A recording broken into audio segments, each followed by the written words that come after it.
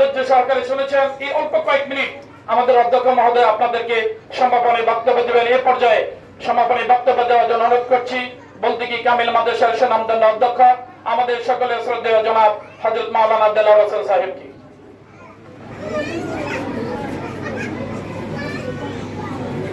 আসলে আমি বক্তব্য দিব না, আপনাদের সাথে কথা বলবো। আমি একজন শিক্ষক, আপনারা আমাদের শিক্ষার্থীদের মা বাবা, তো সেই হিসাবে আমরা কথা বলবো। এখানে বক্তৃতা বিষয় না। যেমন আমি একটু আপনাদের থেকে জানতে চাই, এই যে আজকের এই আয়োজনটা বা আমরা এখানে যে শিক্ষকরা কথা বললাম, এটা এটা কেমন লাগলো আপনাদের? এটার আয়োজন যদি আমরা ভবিষ্যতে করি, আপনারা আসবেন তো ইনশাআল্লাহ, আপনাদের অনেক উপকার হবে। এখন আমি ওই যে এই আজকে মূল আলোচনায় স্তরে স্তরে অনেকগুলি বিষয় আসছে, আমি সেগুলি নিয়ে আপনাদের সাথে একটু কথা বলি। যেমন আপনার মেয়ে বা আপনার ছেলে যদি মাদ্রাসায় না আসে, আপনি তার কাটানোর জন্য চেষ্টা করুন। যদি কোনো কারণে যদি সে না আসে, কোনো কারণে যদি সে না আসে, আপনার যা ছেলে শিক্ষককে জানাবেন যে আমার মেয়েটা আজকে আসতে পারবে না, এটা আপনি জানাবেন। নাইলে কিন্তু ওই ছেলে শিক্ষক কেন আসে না এই জন্য ফোন করবে, ফোন করে না তো ওই শিক্ষককে কষ্ট দিবেন কেন? আমার ওই শিক্ষক ফোন করে। আমাদের প্রত্যেকটা ক্লাসে একজন শিক্ষক আছে, সহকারী শিক্ষক আছে। ওই সহকারী শিক্ষক কেন আসে না এই জন্য আপনাকে ফোন করে। তো ফোন করার আগেই যদি আপনি বলেন যে হুজুর আমার ছেলেটা আমার মেয়েটা আজকে মাদ্রাসায় আসবে না, ভালো হয় না? এই কাজটা করবেন। দুই হইল, আপনার ছেলে মেয়ে নিজের সময় ফালাই যদি গেছে বাড়িতে, ভালো। বাড়িতে যদি ফালাই দিয়ে থাকে ভালো, কিন্তু বাড়িতে না যাইয়া যদি ওই যে এখন কালীবাড়ির মেলায় যায়, হ্যাঁ, আমরা গত পরশু ওই যে হাসান সাহেব সহকারে 60 জন মেয়ে পাইছি আমরা মাদ্রাসা থেকে। আমরা 1:30টা মধ্যে ছুটি দেওয়ার পরে 60 জন মেয়ে পাইছি আমরা মেলাতে। এই মাদ্রাসার 60 জন মেয়ে, ওদের কি আপনারা খোঁজ দিবেন না? এই মেয়ে ছুটি এসে 1:30টা বাজে, তুই বাড়িতে আইলি যে 3টা বাজে। মাদ্রাসা থেকে তোর বাড়িতে আইতে সময় লাগে 20 মিনিট, 10 মিনিট, 30 মিনিট, আধা ঘন্টা। এই ছেলে এই মেয়ে এতক্ষণ কোথায় ছিল? আপনি আপনার ছেলে মেয়ে প্রথম শ্রেণী থেকে শুরু করে আপনার উপরে যে ক্লাসে পড়ুক, নবম শ্রেণী, অষ্টম শ্রেণী যে ক্লাসে পড়ুক, উপরের থেকে আপনার আলেমে পড়ুক, ফাজলে পড়ুক, অনার্সে পড়ুক, কামালে পড়ুক, আপনার ছেলে মেয়ের দৈনিক সে কোথায় যায়, কোথায় খায়, কি করে, কার সাথে চলাফেরা করে খোঁজ খবর নেবেন। তার সাথে আপনি তার একটা পূর্ণাঙ্গ খোঁজ খবর নিতে হবে। যদি আপনি তার পূর্ণাঙ্গ খোঁজ খবর না নেন, আপনি ধ্বংস হয়ে যাবেন। এক সময় এই মেয়ে আপনার কথা শুনবে না, এই ছেলে আপনার কথা শুনবে না। এই জন্য সেই মাদ্রাসা থেকে ভালাই যাইয়া এই বিভিন্ন ধরনের অকারেন্স ঘটায়, আপনি এটা খোঁজ খবর নেবেন।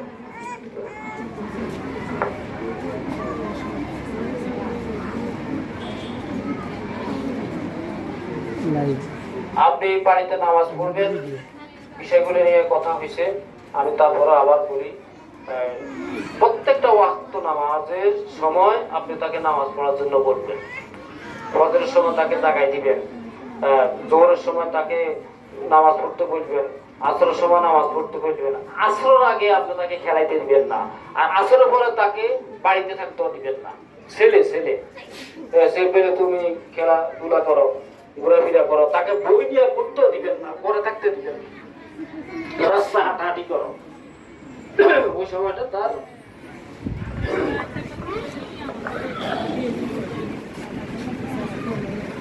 ওই সময়টা যদি সে খেলাধুলায় রত না থাকে, একটু রাস্তায় ঘোরাফেরায় না থাকে, তাহলে তার রাত্রে ভালো ঘুম হবে না।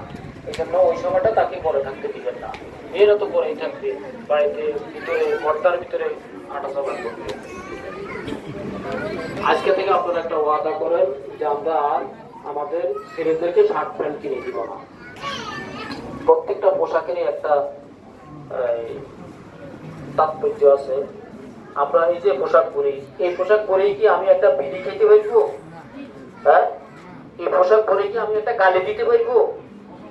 এই পোশাক পরেই কি আমি কারোর সাথে খারাপ ব্যবহার করতে পারবো? আমার পোশাকে আমাকে বাধা দিবে। আমার পোশাকে আমাকে বাধা দিবে, বা আমি বললেও অন্য একজনে করে দেখছেন নি, হ্যাঁ, ওই হুজুরের লম্বা কথা গাদি বিড়ি খায়, ওই দেখছেন নি হুজুরের লম্বা কথা গাদি গালি দেয়, ওই তো দেখছেন নি হুজুরের টুপি মাথার দি বল কয়, বুঝবে না? এই পোশাকের একটা গুরুত্ব আছে। মাদ্রাসায় ওই যে যারা পড়ে, এটা আল্লাহর নবী এই পোশাক পরছেন, হুজুররা এই পোশাক পরেন, ওই আল্লাহর নবী পরছেন, হুজুররা পরে। আর ওই যে মনে করেন ওই যে শার্ট প্যান্ট এটা কোথা থেকে আসে জানেন না? এটা ইহুদি নাসারাদের থেকে আসে। কেউ যদি শার্ট প্যান্ট পরি, ওই যে আমাদের শিক্ষকরা অনেকে শার্ট প্যান্ট আছে, ওনারা আমার উপরে রাগ, আমি ওনাদেরকে বলি বাংলাদেশে অনেকগুলি সুনামধন্য মাদ্রাসা আছে, যেমন ওই যে দারুন নাজার সিটিয়া কামিল মাদ্রাসা, ওইখানে আমরা ওই যে সহকারী শিক্ষক ইংরেজি বাংলা গণিত, ওই যে প্রবাসী ইংরেজি বাংলা গণিতের দেখলে আপনি কইতেন না উনি কি মহাদ্দেশ না উনি ইংরেজি শিক্ষক, দেখা যাবে যে উনি ইংরেজি শিক্ষক। ওইখানে ইংরেজি শিক্ষকরা দেখতে দেখা যায়, ওই মহাদ্দেশের দেখতো ওইরকম দেখা যায়। ওইখানে কোনো শিক্ষক শার্ট প্যান্ট করতে পারে না, কোনো শিক্ষক টুপি ছাড়া থাকতে পারে না। আপনার সন্তানদেরকে আপনি বুঝে নিবেন, শার্ট আসছে ইহুদিদের থেকে, প্যান্ট আসছে ইহুদিদের থেকে। একটা লোক যখন প্যান্ট পরে তখন তার 70 টাকা হয় না। আপনারা বিষয়টা ভালো করে উপলব্ধি করবেন। যদি টোলা প্যান্ট পরে তাহলে হয়তো 70 টাকা হয়, কিন্তু নইলে 70 টাকা হয় না। আমরা অনেক সময় নামাজে গেলে যারা শার্ট প্যান্ট দিতে আমাদের সামনে ওই যে নামাজ পড়ে, আমাদের সামনের কাতারে থাকে, তো সে যখন সেজদা যায়, রুকুতে যায়, তখন একটা সমস্যা আমরা দেখি। এই জন্য এটা জায়েজ না, এটা শরীয়তি পোশাক নয়। এখন ছোটবেলা থেকে যদি আপনি তাকে শার্ট প্যান্ট পরা থেকে বিরত না রাখেন, তাকে আলেম বানাইতে পারবেন না। যেই ছেলে মেয়ে শার্ট প্যান্ট পরবে, যে ছেলে শার্ট প্যান্ট পরবে, যে ছেলে শার্ট পরবে, সে কখনো আলেম হবে না, সে কখনো আলেম হবে না, সে কখনো আলেম হবে না, সে কখনো আলেম হবে না। আপনি তাকে মাদ্রাসায় দিয়েছেন আলেম বানানোর জন্য, এখন আবার দেখেছেন শার্ট প্যান্ট কিনে, সে কিভাবে আলেম হবে? সে কখনো আলেম হবে না।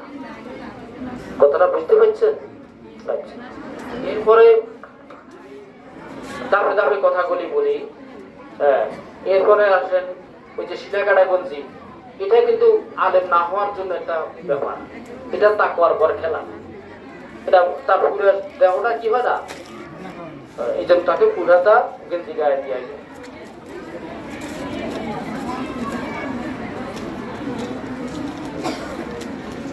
এরপরে চুল ছোট রাখার ব্যবস্থা করবেন। আমরা মাদ্রাসায় চুলের জন্য তাকে বাহির করি দিই, এর আগে আপনারা বাড়িতে তার চুল কাটার ব্যবস্থা করবেন। মোবাইল তাকে দিবেন না, আমরা মোবাইলে এখন আর কোনো ক্লাস নেই না এবং নিব না। আপনারা নিলেও এটা আমাদের অনার্স পর্যায়ে এখন আমরা নিতেছি, এছাড়া আর কোনো অনার্স ছাড়া আর কোনো ক্লাসে মোবাইলে ব্যবহার করার সুযোগ নেই। আপনারা যে অনলাইন মাদ্রাসা খোলার সময় কাউকে বেড়াইতে দিবেন না, তার স্বাস্থ্যের প্রতি খেয়াল রাখবেন।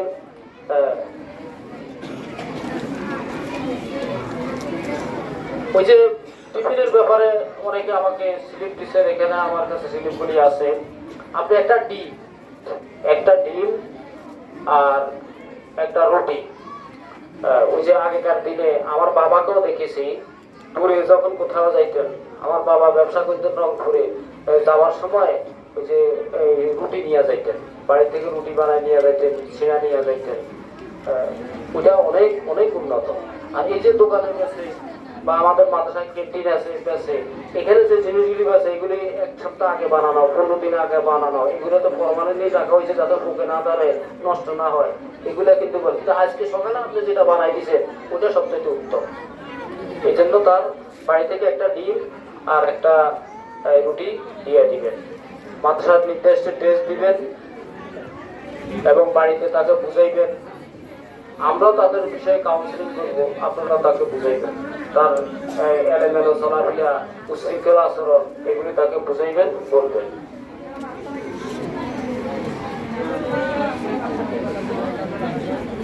আমরা এখানে ইতিমধ্যে বলা হয়েছে, আপনাদের অনেকেরই 2টা সন্তান এখানে লেখাপড়া করে, ভবিষ্যতে এই যে আমাদের এখন ভর্তি অভিযান চলতেছে, ইনশাল্লাহ আপনারা সবাই আপনাদের সন্তানদেরকে এখানে ভর্তি করাইবেন।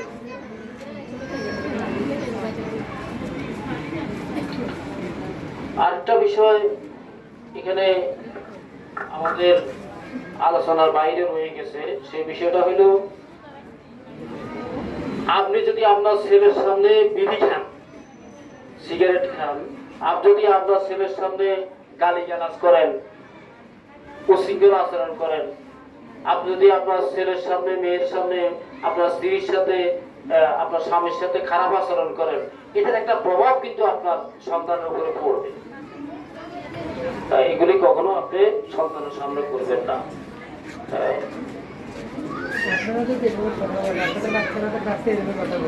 আরেকটা গুরুত্বপূর্ণ বিষয় আপনারা মনে রাখবেন, এই যে পিছনে যারা আছে কথাগুলো আমার একটু শোনেন। আপনারা তো সবাই মোবাইল ব্যবহার করেন না? হ্যাঁ, যারা টাচ মোবাইল ব্যবহার করেন, ওইখানে আপনি গুগলে যাই সার্চ দেন বা আপনি একটু পড়েন কবিরা গুনাহ কি কি, কবিরা গুনাহ কি কি, কবিরা গুনাহ সম্পর্কে আপনার ধারণা থাকতে হবে। কবিরা গুনাহ কি কি, কবিরা গুনাহ সম্পর্কে আপনার কি থাকতে হবে? ধারণা থাকতে হবে।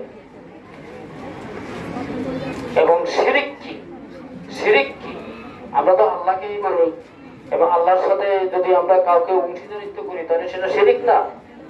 তো শিরিক কি, শিরিক সম্পর্কে আপনার একটা ধারণা লাগবে। এই জন্য আপনি কবিরা গুনাহ সম্পর্কে, শিরিক সম্পর্কে আপনি অভিজ্ঞতা নেবেন, ধারণা নেবেন, লেখাপড়া করবেন।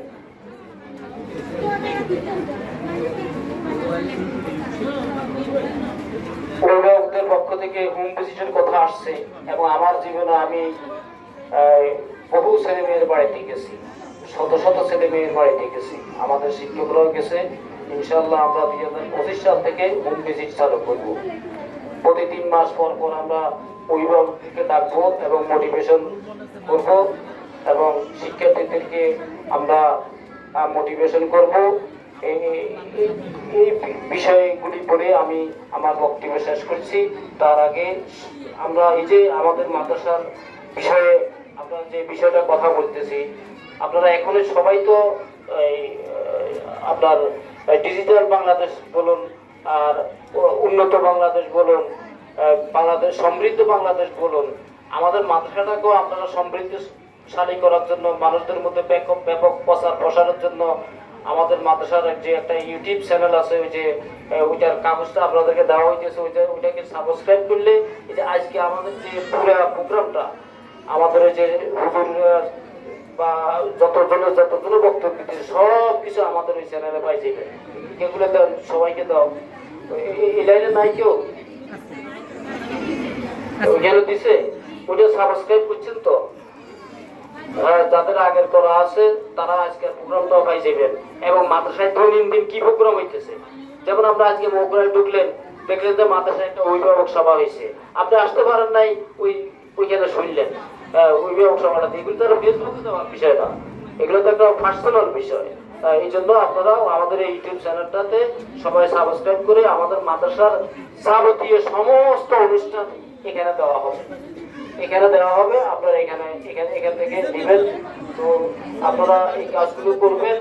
আল্লাহ তাআলা আপনাদেরকে এখানে এনেছেন, এই অভিভাবক হিসাবে কবুল করেছেন, এই জন্য শুকরিয়া আদায় করি। শোনেন, হাদিসে আসছে, রাসূল সাল্লাল্লাহু আলাইহি ওয়াসাল্লাম বলেছেন, যে ছেলে মেয়েরা মাদ্রাসায় লেখাপড়ার উদ্দেশ্যে ঘর থেকে বাইর হয়ে মাদ্রাসায় আসে এবং যায়, তাদের পায়ের নিচে আল্লাহ তাআলা বেহেশতের পর্দা বিছিয়ে দেন, তাদের পায়ের নিচে নূর বিছিয়ে দেন, তাদের পায়ের নিচে বেহেশতের পর্দা বিছিয়ে দেন।